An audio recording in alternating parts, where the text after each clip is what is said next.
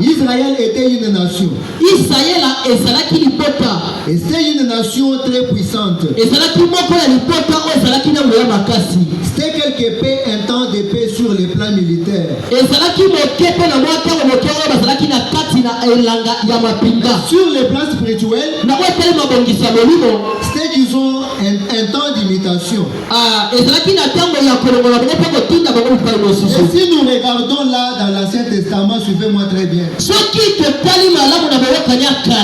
nous regardons là dans l'Ancien Testament,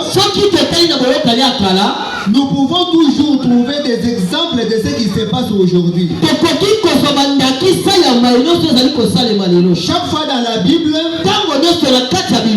les événements qui arrivent aujourd'hui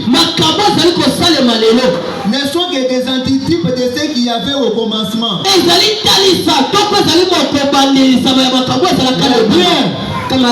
Tout ce qu'il y a au monde aujourd'hui trouve son origine dans les livres de la Genèse. Il n'y a rien au monde qui n'est commencé dans la Genèse. Quand c'est là le commencement, c'est là que chaque isme a commencé. Tout ce qui a un commencement a commencé dans la Genèse. La vraie église a commencé dans la Genèse. Et les faux croyants ont commencé dans la Genèse. Et l'indifférence a commencé dans la Genèse. La vie a commencé dans la Genèse. La mort a commencé dans la Genèse. La foi a commencé dans la Genèse. L'incrédulité a commencé dans la Genèse. L'amour a commencé dans la Genèse. Et la jalousie a commencé dans la Genèse. Il n'y a rien qui puisse exister aujourd'hui. Que nous voyons aujourd'hui. On a commencé depuis la Genèse. C'est là que nous comprenons que la vie dans toutes ses formes ce n'est rien qu'un tableau d'un âge passé. Ouais.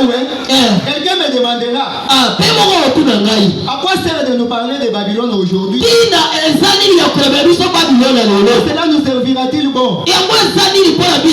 Oui, le prophète dit la prédication intitulée les signes du temps au paragraphe 31. Les gens meurent, l'esprit reste vivant. Le diable retire son homme, il garde son esprit. Il retire son homme, il garde son esprit. Spirituellement parlant, Caïn vit encore aujourd'hui. Abel vit encore aujourd'hui. Ananias et Saphira vivent encore aujourd'hui. Judas Iscariote vit encore aujourd'hui. Corée et Dathan vivent encore aujourd'hui. L'esprit qui était sur les Babyloniens, cet esprit est vivant. Les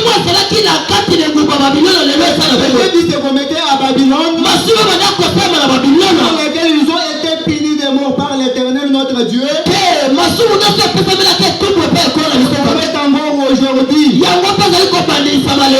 Si l'Éternel Dieu, amen. Si l'Éternel Dieu a pu punir Babylone, l'impudicité, la jalousie, calomnie, du concubinage.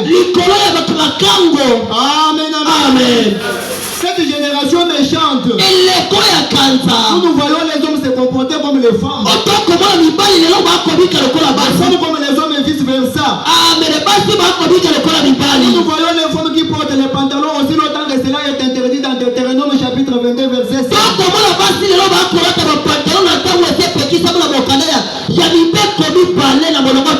Où les gens vivent dans le concubinage.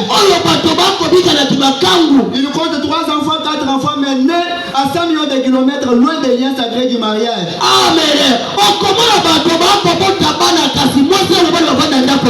Cette génération n'échappera jamais à la colère à venir. Et l'école est comique la vérité.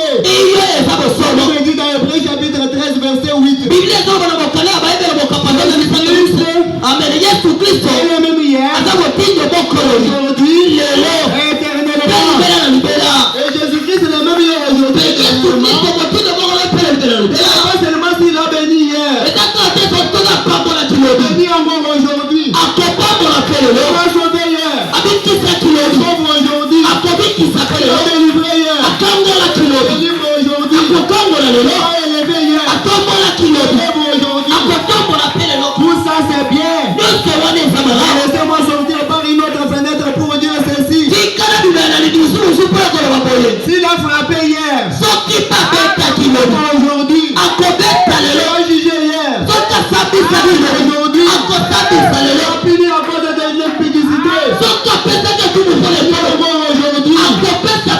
Aujourd'hui, la Bible dit que c'est Dieu qui punit l'iniquité à la troisième et à la quatrième génération.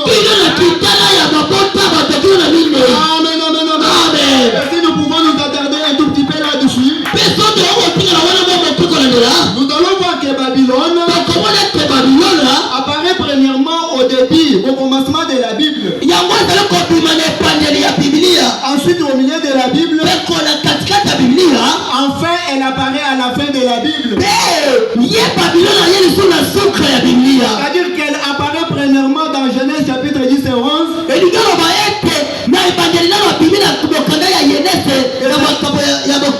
Ésaïe chapitre 13 et 14. Elle apparaît dans Apocalypse chapitre 17 et 18. C'était une très grande ville. Il était fondé par Cush, petit-fils de Noé. La ville était au commencement appelée porte du paradis. Et ensuite appelée Babylone qui veut dire rétrograde. Elle était fondée dans la vallée de Shinéa, tout près du fleuve Euphrate. La ville était pleine de toutes sortes de connaissances. Et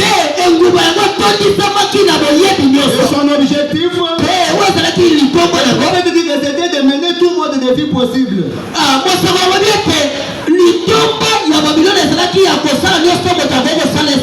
C'est ainsi que les habitants de ce pays sont allés même plus loin pour construire une tour très élevée, pensant que si les déluges ou quelque chose d'autre venait,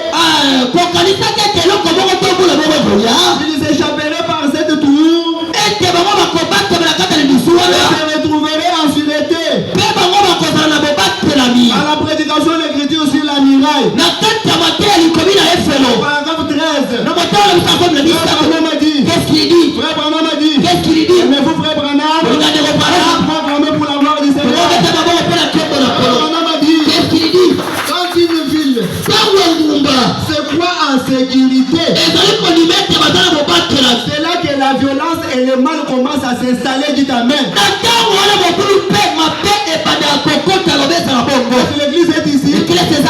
Quand une ville se croit en sécurité, c'est là que la violence et le mal commencent à s'installer. Et même quand l'église se croit indépendante, au point qu'elle n'arrive pas à dépendre totalement de son fondateur qui est le Seigneur Jésus. Elle se permet toutes sortes de sottises, de credos et de dogmes. L'église comme ça, elle veut tout simplement un trône de Satan. Dès qu'elle renonce au principe de la Bible, pour rester attaché à une organisation, la porte est ouverte à la jalousie. Amen. Le tiraillement, les critiques et autres. Oui, c'est la vérité. Regardez même l'église catholique. Après le troisième âge de l'église, il n'y avait